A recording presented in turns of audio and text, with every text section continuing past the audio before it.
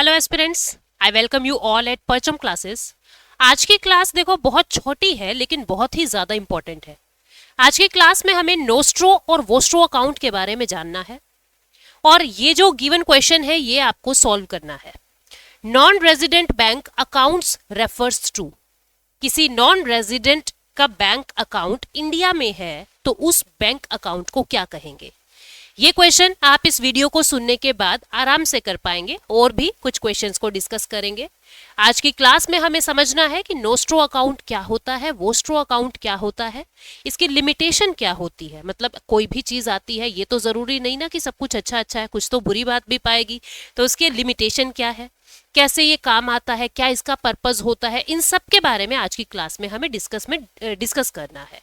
ठीक है, बट आगे बढ़ने से पहले आपको एसएससी जनरल अवेयरनेस हमारा टारगेटेड 2024 के बैच के बारे में बताना चाहूंगी। ये ऐप पे आ चुका है जिसके अंदर आपको हमारे सारे जीएस के सब्जेक्ट रिकॉर्डेड फॉर्मेट में मिलेंगे विद डाउनलोडेबल पीडीएफ्स। इसके अंदर आपको मॉक पेपर्स मिलेंगे 10, प्रीवियस ईयर क्वेश्चन पेपर का डिटेल्ड डिस्कशन मिलेगा और लाइव प्रॉब्लम सॉल्विंग सेशंस आपको मिलेंगे हमारे टीचर से, आप इंटरेक्ट कर सकते हैं। तो स्टार्ट करते हैं, नोस्ट्रो या वोस्ट्रो अकाउंट क्या होता है और क्या इसका पर्पस होता है। उसके बाद उस क्वेश्चन पे चलेंगे जिसका आंसर आपको देना है।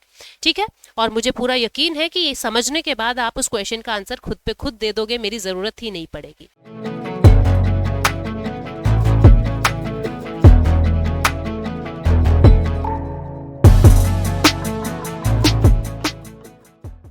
तो सबसे पहले समझिए नोस्ट्रो और वोस्ट्रो अकाउंट क्या होता है। वही अपना तरीका, हम स्लाइड्स पे बाद में जाएंगे, पहले समझेंगे what is nostro and what is vostro account.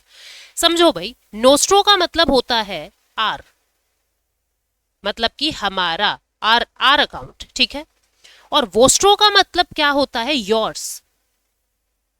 Yours account. ठीक है, वोस्ट्रो मतलब तुम्हारा अकाउंट, नोस्ट्रो मतलब हमारा अकाउंट। क्या मतलब इसका, मतलब समझिए। अब जैसे मान लीजिए इंडिया और रशिया आपस में बहुत सारी डीलिंग्स कर रहे हैं।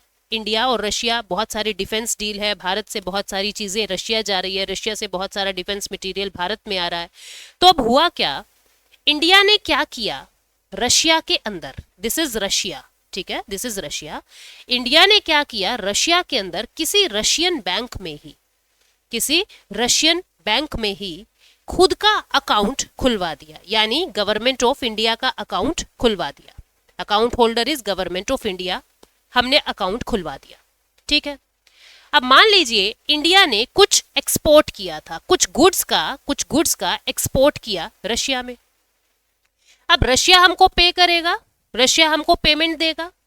हम क्या कह रहे हैं, भाई तू पेमेंट मत दे, तू ऐसा कर, ये जो पैसा है ना ये हमारे अकाउंट में जो तुम्हारे बैंक में है उसी में ही डाल दो।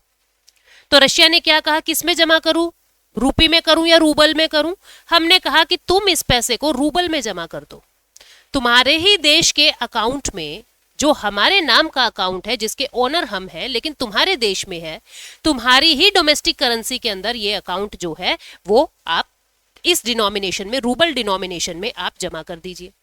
अब इससे फायदा क्या होगा, मान लीजिए जब कभी, अब क्या हुआ, कुछ ऐसा समय आया कि रशिया ने हमको कुछ सामान जो है, हमने वहां से कुछ मिसाइल्स खरीदी, हमने कुछ मिसाइल्स जो है वो इंपोर्ट की, रशिया से कुछ मिसाइल्स जो है वो इंपोर्ट की। अब क्या होगा, हमको पैसा देना होगा, हमको पेमेंट देना होगा, लिहाज से हमको पे करना पड़ेगा। लेकिन हम क्या कह रहे हैं कि भैया जो तुम्हारे उस वाले हमारे उस अकाउंट में पैसा पड़ा है ना रूबल में, आप वहां से पैसा काट लीजिए, यानी यहाँ पे क्या होता है, आपको एक्सचेंज रेट का रिस्क खत्म हो गया। नहीं तो हम रूपी में मंगवाते, फिर रूपी और रूबल का देखते क्या एक्सचेंज रेट चल रहा है, अब वो वाली टेंशन ही खत्म। हमने ऑलरेडी रूबल में ही उनके ही बैंक अकाउंट के अंदर हमारे पैसे जो हैं वो जमा करवा रखे हैं और उनको कहा कि अब ये जो पेमेंट है आप वहां से डिडक्ट कर लेना। ये जो हमारा खाता है यानी Indian bank account in Russia या इन फॉरेन नेशन, इसको हम क्या कह रहे हैं, नोस्ट्रो अकाउंट। बिल्कुल इसी तरीके से जब, बिल्कुल इसको रिवर्स कर देते हैं हम, बिल्कुल इसी तरीके से जब हुआ क्या कि हमने क्या किया कि रशिया का अकाउंट, अब हमने इंडिया में इंडियन बैंक में रशिया का अकाउंट यानी रशियन गवर्नमेंट का अकाउंट जो है वो ओपन कर दिया। ठीक है।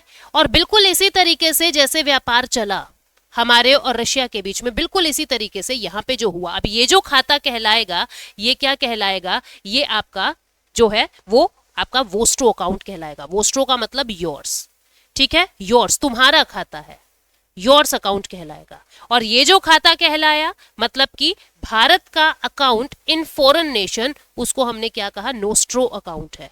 नोस्ट्रो का मतलब हमारा, आर्स, ठीक है, हमारा है ये खाता, और वोस्ट्रो का मतलब तुम्हारा है ये खाता हमारे बैंक में। अब इसकी लिमिटेशन क्या है, पर उससे पहले हम इसके बारे में एक बार स्लाइड पे चलते हैं, स्लाइड्स क्या कह रही हैं। आप ध्यान से समझोगे स्लाइड्स के अंदर क्या क्या लिखा हुआ है। ओनर कौन होगा, नोस्ट्रो का मतलब मैंने क्या बताया, हमारा, हमारा बैंक अकाउंट है तो हम ही मालिक हुए। तो डोमेस्टिक बैंक यानी कि जो ओनर होगा वो हमारे देश की कंट्री यानी भारत होगी। वोस्ट्रो में उनके देश की कंट्री उसकी ओनर होगी, ठीक है। पर्पस क्या है, पर्पस क्या है, हम क्यों इसको बना रहे हैं, हमने क्यों इसको बनाया, फॉरेन करेंसी डिपॉजिट को होल्ड करने के लिए, ठीक है, to hold foreign currency deposit of the domestic bank. Foreign currency को होल्ड करने के लिए रूबल में पैसा रखवाया था, ऐसे ही वो अपने देश की करेंसी हमारे देश में होल्ड करने में। करेंसी किस में होगा, किस में होगा, हमने जो खाता खुलवाया वो रूबल में खुलवाया, यानी फॉरेन बैंक्स की लोकल करेंसी में खुलवाया। उन्होंने जो हमारे देश में खुलवाया वो रूपी में खुलवाया, यानी डोमेस्टिक बैंक्स लोकल करेंसी में खुलवाया। फिर ओनरशिप और पर्सपेक्टिव क्या है, ये हमारे देश का एसेट है, हमारा पैसा भाई रशिया में पड़ा है, हमारा तो एसेट है ना, ये हमारे देश का एसेट है। और ये जो रशिया का पैसा इंडिया में पड़ा है ये हमारे लिए लायबिलिटी है, हमको ये पे करना है, ये हमारे लिए लायबिलिटी है, ठीक है। उसके बाद कंट्रोल किसका रहेगा, कंट्रोल किसका रहेगा, अब हमने रशिया के अंदर अपना खाता खुलवाया है तो रशियन बैंक ही देख रेखेगा, लेकिन किसके बिहाफ पे, हमारे बिहाफ पे, हम हैं उसके मालिक, ठीक है, देख रेख वही करेगा लेकिन हमारे बिहाफ पे। इसी तरीके से सेम काम यहाँ पे रिवर्स मार दीजिए, ठीक है। यूसेज क्या है, फॉरेन एक्सचेंज ऑपरेशंस के लिए, ट्रेड सेटलमेंट्स के लिए ये इसका काम होता है। टर्म क्या होती है, नोस्ट्रो का मतलब हमारा और वोस्ट्रो का मतलब तुम्हारा। अब इसकी लिमिटेशन समझिए आप, इससे दिक्कत क्या होती है, कभी कभी इंपोर्ट और एक्सपोर्ट को कम या ज्यादा करने के लिए, कभी कभी इंपोर्ट या एक्सपोर्ट को कम या ज्यादा करने के लिए कुछ देश ऐसा ऑर्डर दे देते हैं, ऐसा सर्कुलेट जारी कर देते हैं कुछ देश, जिसके अंदर ये कह दिया जाता है भाई हमारी जो करेंसी है ना वो इस करेंसी में एक्सचेंज नहीं होगी, या जैसे रूबल जो है वो रूपी में एक्सचेंज नहीं हो सकती, ऐसे कह दिया मान लीजिए, या रूपी जो है वो रूबल में एक्सचेंज नहीं हो सकता। कभी कभी इंपोर्ट और एक्सपोर्ट को मेंटेन करने के लिए ये करेंसी एक्सचेंज को डिस्टर्ब कर दिया जाता है, वहां पे ये दिक्कत हो जाएगी।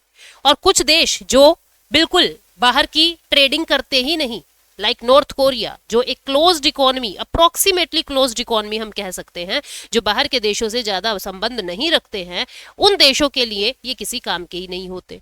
जब आपको दूसरे देश के साथ व्यापार करना ही नहीं तो फिर काहे का पैसा और काहे का अकाउंट, तो ये इसकी लिमिटेशन है, यहाँ पे आप देख सकते हो, ठीक है, कि कई बार सेंट्रल बैंक जो है वो लिमिट कर देते हैं buying and selling of their currency to control import and export, ये। और कभी कभी जो है दूसरा देश चाहता ही नहीं फॉरेन एक्सचेंज हम करें, तो वहां पे भी ये खाता किसी काम का नहीं। अब ये क्वेश्चन तुम्हारे लिए है, लेकिन पहले तुम क्या ये समझे इसका आंसर क्या है, किसी non resident bank account India में होना, विदेशी रशिया का अकाउंट इंडिया में होना, हम क्या कहेंगे, कौन सा अकाउंट है, वो वोस्ट्रो अकाउंट है। कौन सा अकाउंट है, वोस्ट्रो अकाउंट है, तुम्हारा अकाउंट है भैया हमारे देश में, तो ये वोस्ट्रो अकाउंट है, ठीक है, आंसर क्या आ जाएगा, वोस्ट्रो अकाउंट। इसी तरीके से इसका आंसर तुमको करना है कमेंट सेक्शन में कि ये क्वेश्चन क्या कहता है, a foreign currency account maintained by a bank abroad is it's, एक फॉरेन करेंसी अकाउंट है maintained by a bank abroad, मतलब हमने क्या किया, एक खाता खुलवाया फॉरेन करेंसी में और अब्रोड में ही उसको मेंटेन किया जा रहा है, अब्रोड में ही मेंटेन किया जा रहा है, उन्हीं की करेंसी में, फॉरेन करेंसी में हमने इसको मेंटेन किया, तो ये कौन सा अकाउंट कहलाएगा, नोस्ट्रो, वोस्ट्रो, लोरो या फिर फॉरेन बैंक अकाउंट। इसका आंसर तुमको कमेंट सेक्शन में करना और मुझे पूरी उम्मीद है तुम बिल्कुल सही करोगे। तो ये बहुत ही कंसेप्चुअल सीरीज में लेके आई हूँ ताकि आपके जो छोटे छोटे डाउट्स रह जाते हैं ना, ये क्या होता है वो क्या होता है, क्योंकि इकोनॉमी की टर्म्स बहुत पूछी जाती है एग्जाम में, और अगर आपको टर्म्स नहीं पता होगा तो इंपैक्ट नहीं समझ पाओगे।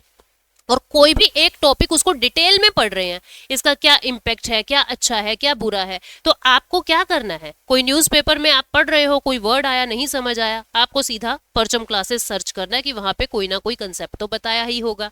तो इतना आसान, मतलब जैसे एनसाइक्लोपीडिया होता है ना इकोनॉमी का, वो काम आएगी आपको ये सीरीज। तो मेरे साथ जुड़े रहिए इन छोटी छोटी बातों को जानने के लिए।